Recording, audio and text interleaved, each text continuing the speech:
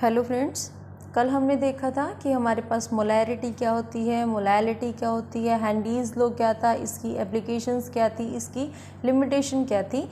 आज हम शुरू करेंगे स्ट्रेंथ से। स्ट्रेंथ को एक्चुअल में हम रिलेट करके चलते हैं W/V से। यहाँ पे जो W है वो वेट है सॉल्यूट का, V है ये वॉल्यूम है सॉल्यूशन का, मल्टीप्लाई किया गया है बाय 100 क्योंकि परसेंटेज का यूज़ हुआ है।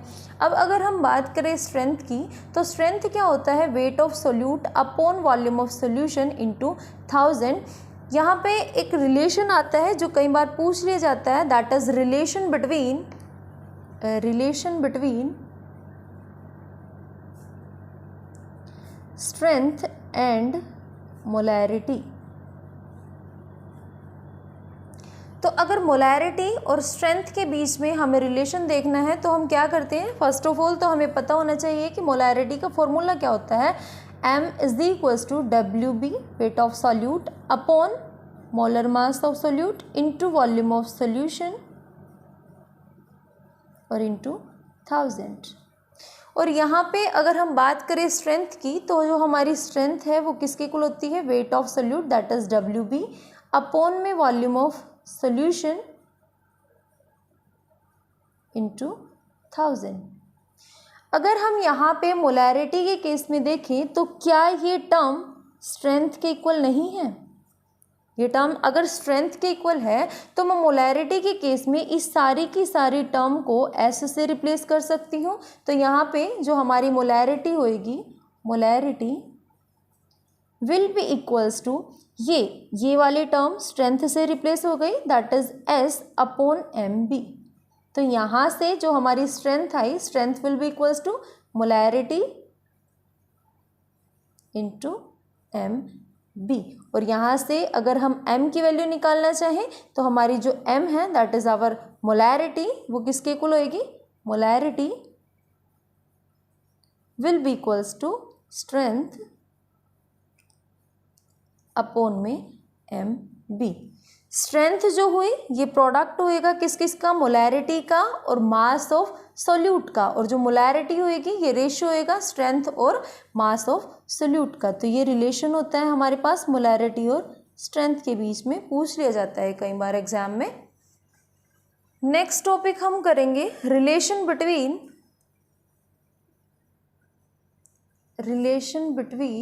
Molarity and temperature. कि मोलैरिटी और टेम्परेचर के बीच में डिफरेंस क्या है। हम यहाँ पे एक बात बोलते हैं कि molarity is directly proportional to temperature. अब मैं इस बात को प्रूव करूंगी कि मोलैरिटी टेम्परेचर के डायरेक्टली प्रोपोर्शनल किस तरह से है।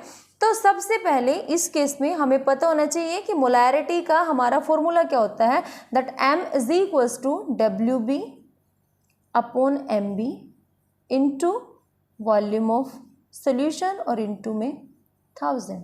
ये फॉर्मूला होता है हमारा मोलैरिटी का। तो फ्रेंड्स हमें एक तो यहाँ पे एक चीज़ ये देखनी है कि मोलैरिटी का टेम्परेचर पे अगर इफेक्ट पड़ रहा है तो यहाँ पे ऐसी कौन सी टर्म है जो टेम्परेचर के वेरी होने से वेरी करेगी। तो देखो, क्या टेम्परेचर का मास पे कोई फ़र्क पड़ता है। क्या हमने देखा है कि हमें कोई बोलता है सर्दियों में हमारा मास इतना था अब इतना हो गया है, सर्दियों में हमारा वेट इतना था अब इतना हुआ, नहीं ना। तो इसका मतलब ये हुआ कि जो मोलैरिटी है और जो टेम्परेचर है, टेम्परेचर का वेट पे कोई इफेक्ट नहीं है। यहाँ से ये टर्म कैंसिल है, यहाँ से ये टर्म कैंसिल है। तो यहाँ पे सिर्फ एक चीज़ देखने को हमें मिलती है कि जो मोलैरिटी है अगर वो डिपेंड कर रही है, ये वो वेट पे नहीं करेगी, वो हमारी मास पे नहीं करेगी। तो अगर मोलैरिटी डिपेंड करती है तो वॉल्यूम पे करेगी। और वॉल्यूम का और मोलैरिटी का जो हमें रिलेशन दिख रहा है वो इन्वर्सली प्रोपोर्शनल का दिख रहा है। तो हम इसको करेंगे डिस्कार्ड कि टेम्परेचर का वेट पे कोई इफेक्ट नहीं है, मोलैरिटी का वेट पे कोई इफेक्ट नहीं है, मोलैरिटी का हमारा मास पे इफेक्ट नहीं है। तो मोलैरिटी का जो इफेक्ट होएगा वो वॉल्यूम पे होएगा, that is molarity is inversely proportional to volume. देखो, अगर मोलैरिटी वॉल्यूम के इन्वर्सली प्रोपोर्शनल है तो टेम्परेचर की कैसी होगी, अब हमें मोलैरिटी का वॉल्यूम से रिलेशन देख लिया है। अगर हम बात करें वॉल्यूम का टेम्परेचर के साथ क्या रिलेशन होएगा, अगर हम वाटर को बॉयल करना शुरू करें, एग्जाम्पल लेके चलते हैं, अगर हम वाटर को बॉयल करना शुरू करें तो होगा क्या, जैसे जैसे हम टेम्परेचर को इंक्रीज करते हैं, टेम्परेचर अगर इंक्रीज होता है तो हमारा जो वॉल्यूम है वो डिक्रीज हो जाता है। दैट मीन्स कि टेम्परेचर का और वॉल्यूम का इन्वर्सली प्रोपोर्शनल का रिलेशन हुआ कि अगर हम टेम्परेचर इंक्रीज करते हैं, अगर हम पानी को गर्म करते हैं, टेम्परेचर इंक्रीज करते हैं उसका, तो वॉल्यूम हमारा डिक्रीज हो जाता है। ऐसा क्यों होता है कि जैसे जैसे हम टेम्परेचर इंक्रीज करते हैं वाटर के वेपर्स बनना शुरू हो जाते हैं। वाटर के अगर वेपर्स बनेंगे तो ऑब्वियस है कि वेपर्स बन के कुछ ना कुछ उसका वॉल्यूम डिक्रीज होएगा। तो अगर टेम्परेचर इंक्रीज कर रहा है, वॉल्यूम डिक्रीज कर रहा है, और आप लोगों ने देखा कि वॉल्यूम का यहाँ से वॉल्यूम का मोलैरिटी पे इन्वर्सली प्रोपोर्शनल का साइन है, यहाँ पे टेम्परेचर का वॉल्यूम से इन्वर्सली प्रोपोर्शनल का रिलेशन है। तो हमारे पास अगर हम इक्वेशन 1 और इक्वेशन 2 को कंबाइन करके देखें तो क्या हमें यहाँ से एक बात नहीं पता चलेगी कि अगर molarity is inversely proportional to volume तो ये टेम्परेचर के कैसी प्रोपोर्शनल हुई, डायरेक्टली। और यही चीज़ हमें यहाँ पे प्रूव करनी थी, that molarity is directly proportional to temperature. इसका मतलब क्या हुआ, अगर मोलैरिटी बढ़ रही है दैट मीन्स उसका टेम्परेचर भी बढ़ेगा। अगर मोलैरिटी किसी भी सब्सटेंस के डिक्रीज हो रही है तो उसका टेम्परेचर भी डिक्रीज करेगा। तो ये रिलेशन होता है मोलैरिटी को और टेम्परेचर के बीच में, that is our directly proportional. यहाँ पे क्वेश्चन आता है, question as the temperature increases, as the temperature that is T increases, अगर हमारा टेम्परेचर इंक्रीज कर रहा है तो क्या वहाँ पे मोलैलिटी, नॉट मोलैरिटी, क्या अगर टेम्परेचर इंक्रीज कर रहा है मोलैलिटी पे कोई फ़र्क पड़ेगा? तो हम देखते हैं, इसके लिए ऑप्शन दिए गए थे हमें। ए ऑप्शन था मोलैलिटी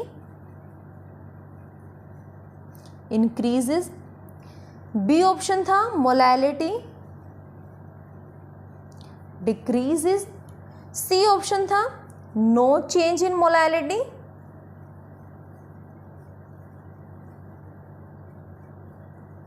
एंड डी ऑप्शन था फर्स्ट इंक्रीजेस देन डिक्रीजेस।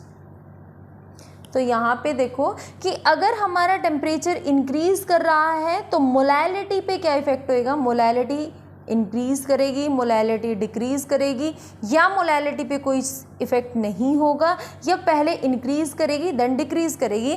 तो इसके लिए हमें पता होना चाहिए कि जो हमारी मोलैलिटी है उसका फॉर्मूला क्या होता है। तो molality is equals to, our molality is equals to WB upon MB into WA, that is weight of solvent into 1000।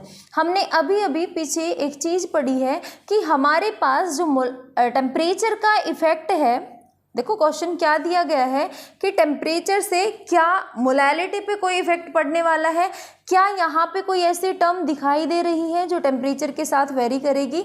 हमने लास्ट अभी अभी रिलेशन में पढ़ा था कि टेम्परेचर का वेट पे कोई इफेक्ट नहीं है, तो इस पे कोई इफेक्ट नहीं होगा, टेम्परेचर का इस पे कोई इफेक्ट नहीं होगा, और टेम्परेचर का इस पे भी कोई इफेक्ट नहीं होगा।